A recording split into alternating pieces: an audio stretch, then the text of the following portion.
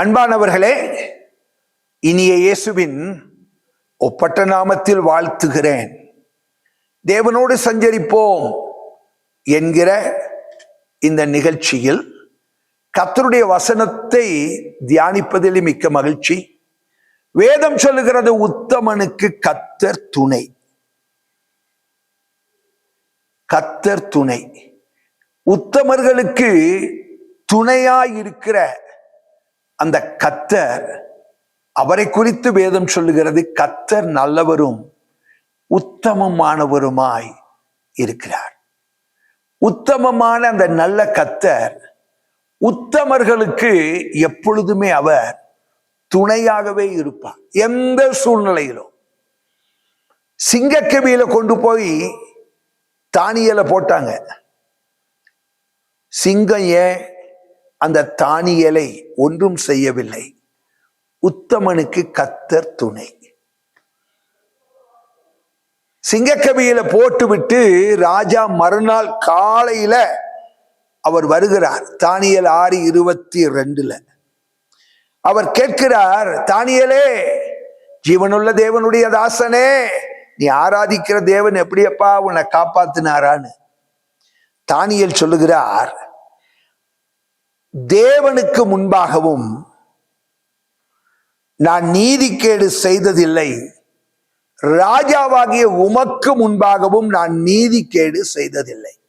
உத்தம வாழ்க்கை என்றால் என்ன? தேவனுக்கு முன்பாகவும் யோக்கிய வாழ்க்கை, மனிதர்களுக்கு முன்பாகவும் யோக்கிய வாழ்க்கை. தானியேல் அப்படிப்பட்ட யோக்கிய வாழ்க்கை வாழ்ந்தானா? வேதம் என்ன சொல்லுகிறது?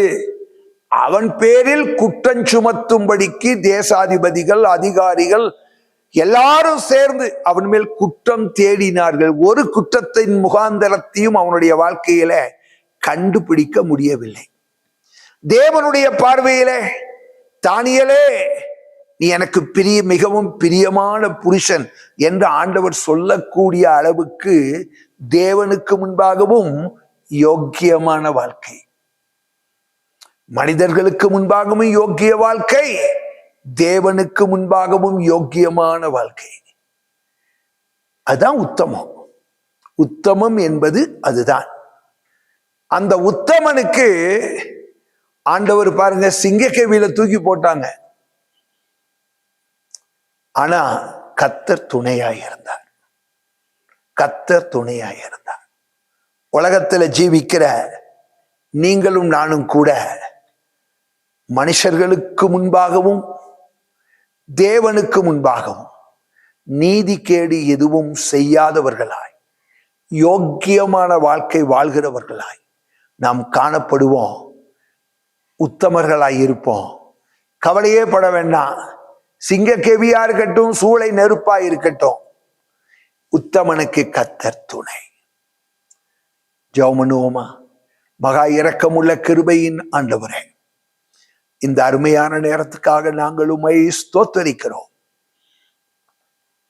ஆண்டவரே, வேதத்திலே வாசிக்கிறோம், பிளவை என்கிற கேன்சர் வியாதி வந்து எசேக்கியா ராஜா பாடுகளை அனுபவித்துக் கொண்டிருந்த போது உங்ககிட்ட அவன் ஜெபித்த விண்ணவமே, ஆண்டவரே, உத்தமத்தை பார்க்கும்படிக்கு அந்த எசேக்கியாவுக்கு அந்த கேன்சர் நேரத்திலும் கூட கர்த்தர் நீர் உத்தமனுக்கு துணையாக இருந்து, உத்தமனுக்கு துணையாக இருந்ததினால் மரிக்க வேண்டிய சூழ்நிலையிலே அவன் மரிக்காமல் 15 வருடங்கள் கூடி வாழ்ந்தான் என்று சொல்லி நாம் வாசிக்கிறோம். ஆண்டவரே, உங்க பிள்ளைகளும் நாங்கள் அனைவரும் உங்களுக்கு முன்பாகவும் மனிதர்களுக்கு முன்பாகவும் கோணலும் மாறுபாடும் அற்றவர்களாய், குற்றமற்றவர்களாய், கரையற்றவர்களால் யோக்கியமான உத்தம வாழ்க்கை வாழ்ந்து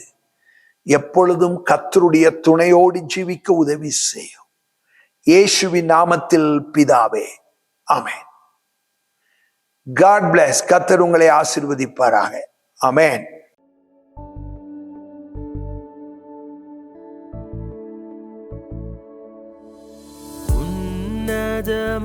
உன்னதமானவரே, உறைவிடம் நீர்தானே உன்னதமானவரே என் உறைவிடம் நீர்தானே உயர்த்துகிறேன் வாழ்த்துகிறேன் வணங்குகிறேன் உம்மை போற்றுகிறேன் உயர்த்துகிறேன்